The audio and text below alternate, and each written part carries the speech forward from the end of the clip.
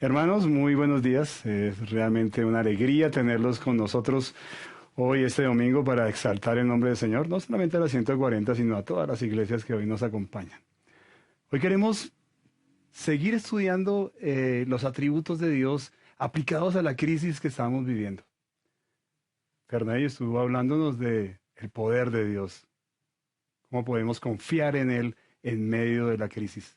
Hoy quiero hablar de que Dios es un Dios bueno, es un Dios bondadoso.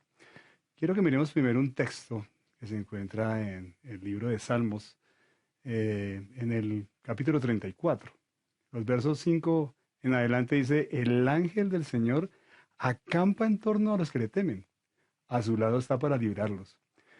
Prueben y vean que el Señor es bueno. Dichosos los que en Él se refugian. Teman al Señor, ustedes sus santos, pues nada les falta a los que le temen. Los leoncillos se debilitan y tienen hambre, pero los que buscan al Señor, nada les falta. Hermanos, cuando la adversidad aparece en nuestras vidas, muchos que en las buenas proclamamos que Cristo es verdad, empezamos a desfallecer y nuestra fe como que entra y cambia por angustia, hasta caemos en la queja, en el reclamo a Dios por lo que nos está sucediendo. En la Biblia se registra varios casos donde creyentes desfallecieron ante la adversidad. Uno muy puntual fue Juan el Bautista, ¿lo recuerdan? El cual anunció el ministerio de Cristo, ese que dijo, he aquí el Cordero de Dios que quita el pecado del mundo. Tiempo después fue encarcelado y un día envió a uno de sus discípulos a preguntarle a Jesús si realmente él era el Mesías. Ahora, ¿debe ser mi actitud o tu actitud juzgar a creyentes genuinos como Juan por dicha actitud? No, todos estamos propensos a entrar en una crisis de fe cuando estamos en problemas. Es más, grandes hombres de la fe como David, como Job, como Asaf, como Pedro, desfallecieron cuando las tribulaciones o las pruebas los atormentaron. ¿La razón? Yo creo que en tiempos de prueba, como que nos olvidamos de quién es Dios y nos olvidamos de sus promesas. Nos olvidamos que Él es poderoso, que es soberano, que es salvador, misericordioso, que es proveedor, etcétera. Y hoy en estos días de COVID-19, de recesión económica, quiero que recordemos un atributo más que yo creo que nos provee ánimo y esperanza. ¿Y saben cuál es? Dios es bueno. En esencia, Dios es bondadoso, ¿verdad? El Salmo 34:8, como lo estuvimos leyendo, nos dice, gusten y vean qué bueno es Jehová, dichoso el hombre que confía en él. Y en la nueva versión internacional me gusta mucho, dice, prueben y vean que el Señor es bueno, dichosos los que en él se refugian. Pensando en este versículo, probemos y veamos algunos aspectos de la bondad de Dios que a su vez traen gozo a los que en él confiamos. Vamos a mirar 4 puntos. El primero, Dios es nuestro modelo de bondad. Repito, Dios es nuestro modelo de bondad. Como les decía, Dios en esencia es bondadoso. La ausencia de pecado en Él lo hace un ser perfecto. En Él no hay maldad. Por eso todo lo que habla, todo lo que hace, todo lo que ordena, todo lo que planea, adivinen, es bueno. Su creación, por ejemplo, evidencia su bondad. Por eso es que en Génesis 1:31 el mismo Señor afirma que Él vio todo lo que había hecho y aquí que era bueno en gran manera.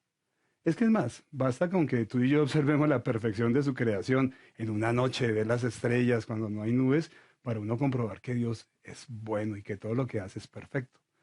El Salmo 119:68 dice, bueno eres tú y bienhechor, enséñame tus estatutos.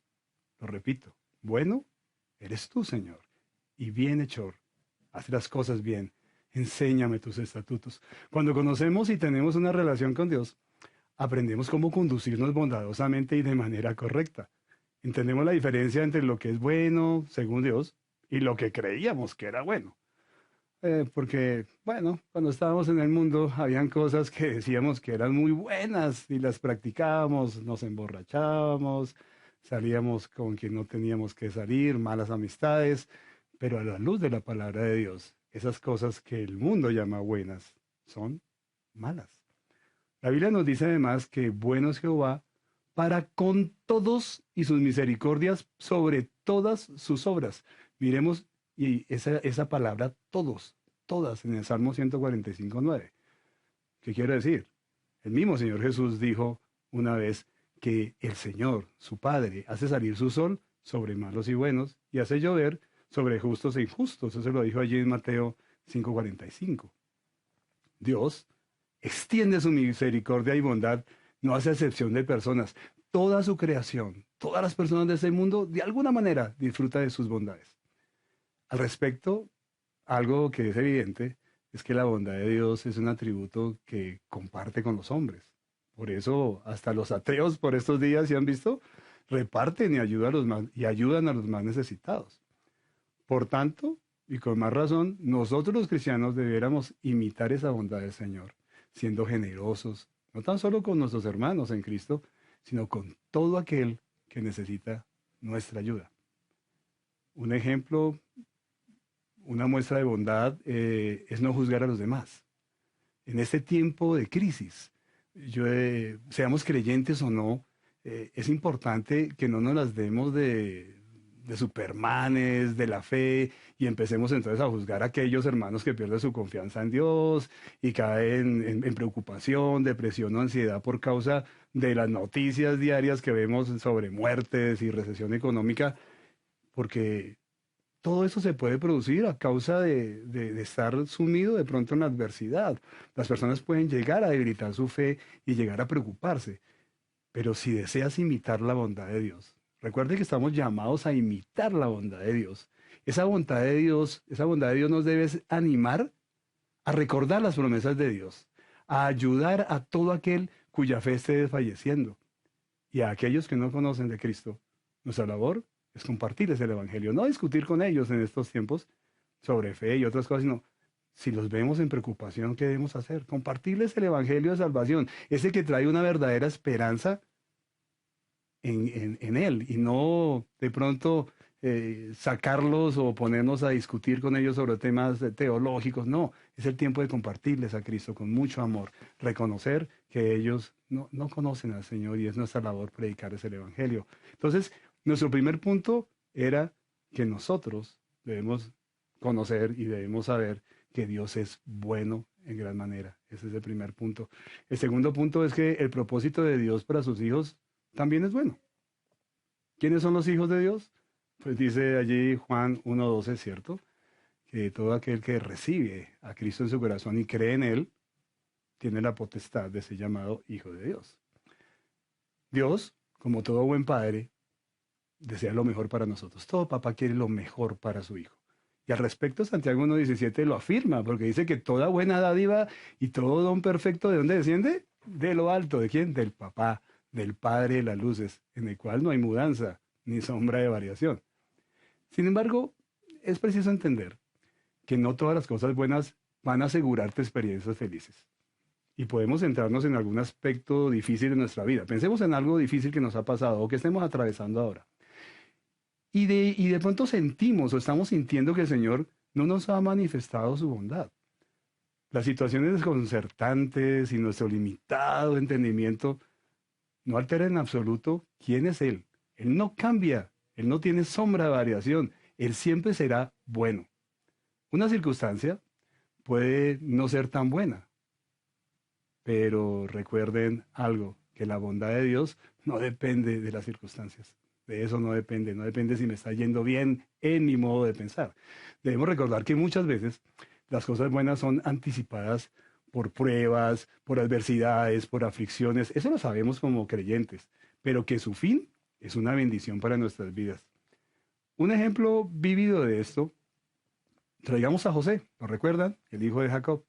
José fue vendido por sus hermanos que lo odiaban y llegó como esclavo a Egipto. Y en la casa de Potifar llegó a ser el mayordomo, el favor de Dios sobre él, la bondad de Dios acompañándole. Pero después fue acusado falsamente por la esposa de Potifar, que la iba a violar, y fue llevado ¿a dónde? A la cárcel.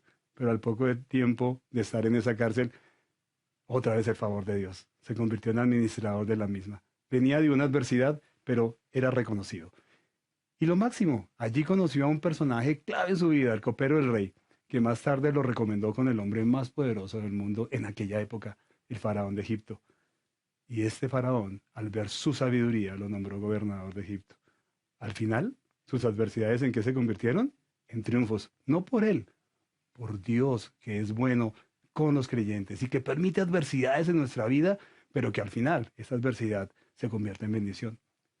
Muchos creyentes, y estoy seguro, en este tiempo de crisis como el que estamos viviendo a causa del COVID-19, se desestabilizan porque las finanzas o la salud se afectan. Y se preguntan, ¿por qué Dios está permitiendo esto en mi vida? Si Él es tan bueno. Y hago un paréntesis aquí. Por estos días los cristianos somos bombardeados, a mí me ha pasado, con la misma pregunta de siempre, por parte de personas que no creen o son escépticos con respecto a la existencia de Dios. Y me preguntan, oye Charlie, si Dios es tan bueno, ¿por qué permite que el coronavirus mate tanta gente? Lo paradójico es que ellos no se preguntan, ¿por qué Dios, siendo tan justo, no ha terminado con este mundo ante tanta maldad del hombre, ¿cierto? Aprueban el aborto en muchos países, el aire está súper contaminado por nuestra culpa, los ríos, bueno, miren el río Bogotá, los mares, da tristeza ver la cantidad de plástico, ya hasta salieron animales que tienen o se acostumbraron a vivir, comen plástico, increíble. Destruimos la capa de ozono, ni hablar de la corrupción política en muchos países, la violencia dentro de las familias. Bueno, cierro el paréntesis acá. Para volver y animarnos como cristianos a no tener la misma actitud que tienen las personas en el mundo de estar quejándose por eso y estar incluso hasta blasfemando contra Dios. Romanos 8:28 nos dice, y sabemos que a los que aman a Dios, todas las cosas les ayudan a bien. Eso es a los que conforme a su propósito son llamados. Es decir, todas las cosas que sucedan en nuestra vida, sean buenas, como no sé, la prosperidad, el carro que tenemos, la casa, eh, o malas, como este COVID-19. Y manifiestan todas estas cosas al final, van a mirar el favor y la bondad de Dios sobre sus hijos. Es más, yo estoy seguro, y quiero confiar en esto, hermanos. Estoy seguro que muchos creyentes al final de esta crisis van a crecer en su carácter, se van a parecer más al Señor, van a depender más del Señor. Y muchas personas que no temen a Dios van a llegar a los pies de Cristo al entender su pobreza espiritual en medio de esta crisis. He hablado con muchos hermanos que dicen, ha sido el mejor momento de mi vida. He estado en mi casa compartiendo con mis hijos, con mi esposa, leyendo la palabra de Dios. Nunca habíamos obrado tanto. Sin duda, estamos apenas iniciando. Y si esto se pone más difícil, más bendiciones vendrán, porque eso lo asegura el Señor. Todas las cosas son para bien a los que lo amamos. Tercero, su bondad nos provee seguridad y confianza. El Salmo 34, 7 hasta el 10 dice, el ángel del Señor acampa en torno a los que le temen. A su lado está ¿para qué? Para librarlos. Prueben y vean que el Señor es bueno, dichosos los que en Él se refugian. Teman al Señor. Ustedes, sus santos, pues nada les falta a los que le temen.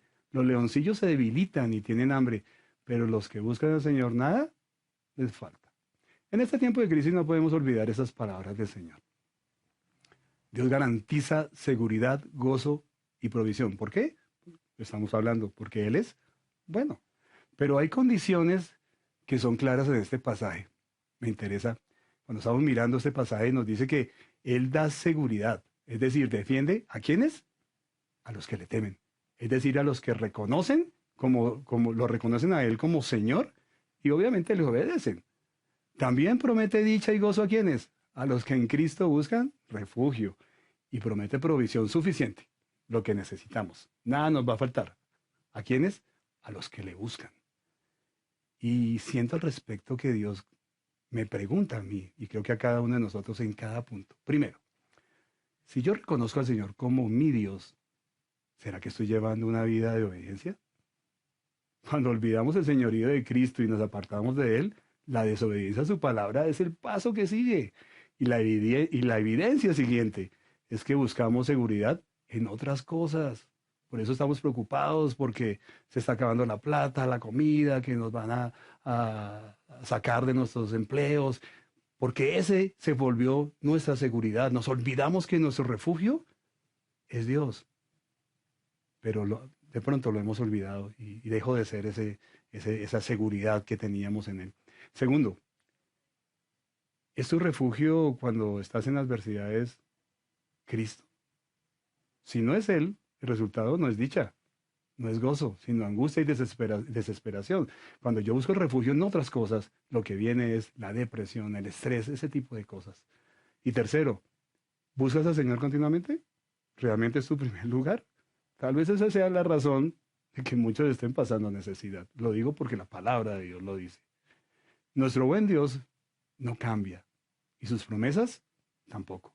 Él le decía a Israel en Jeremías 29:10 que Él los traería de su exilio en Babilonia de nuevo a su tierra y esa promesa se ha hecho realidad en parte en este momento, ¿verdad? Ya hay gente allí en Israel desde 1948, pero será plena esa promesa en el futuro. Y en el verso 11 les decía el por qué.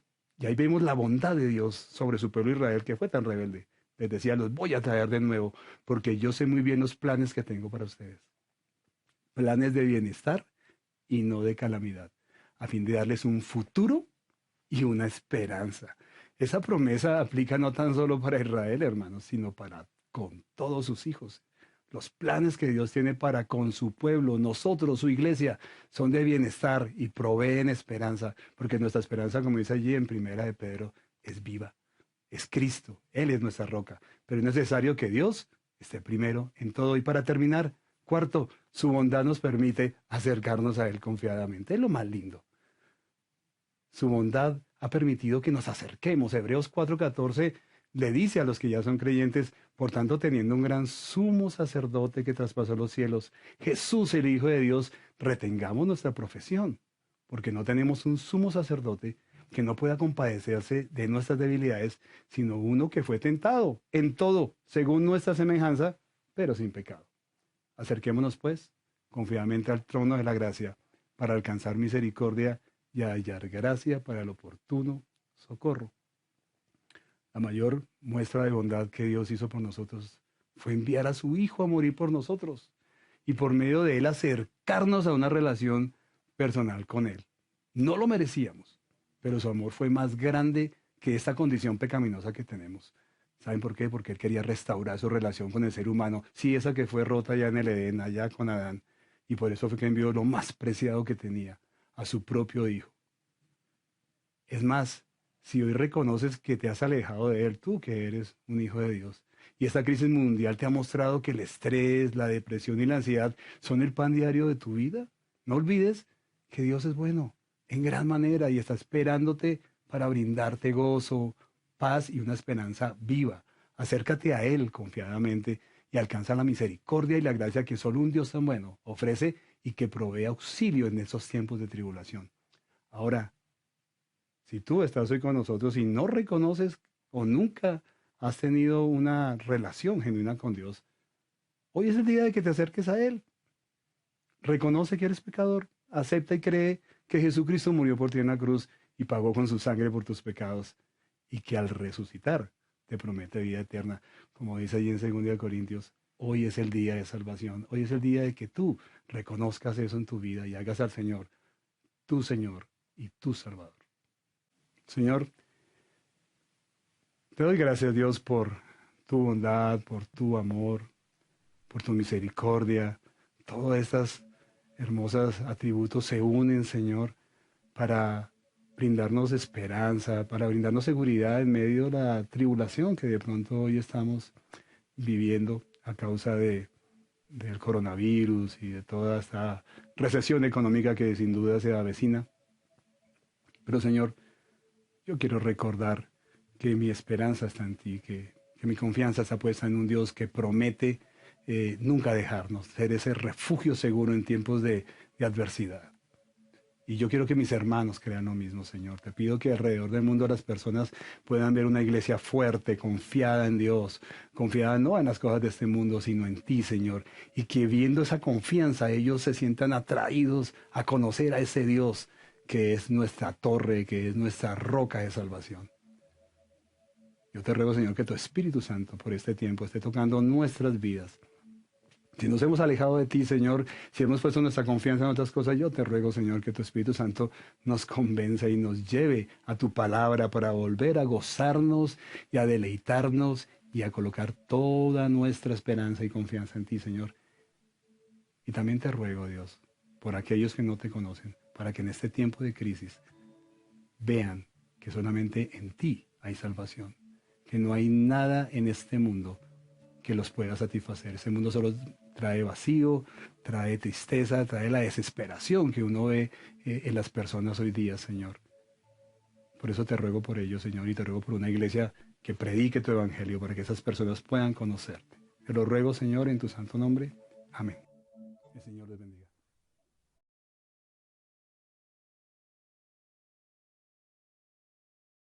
Iglesia Aposento Alto, sede 140,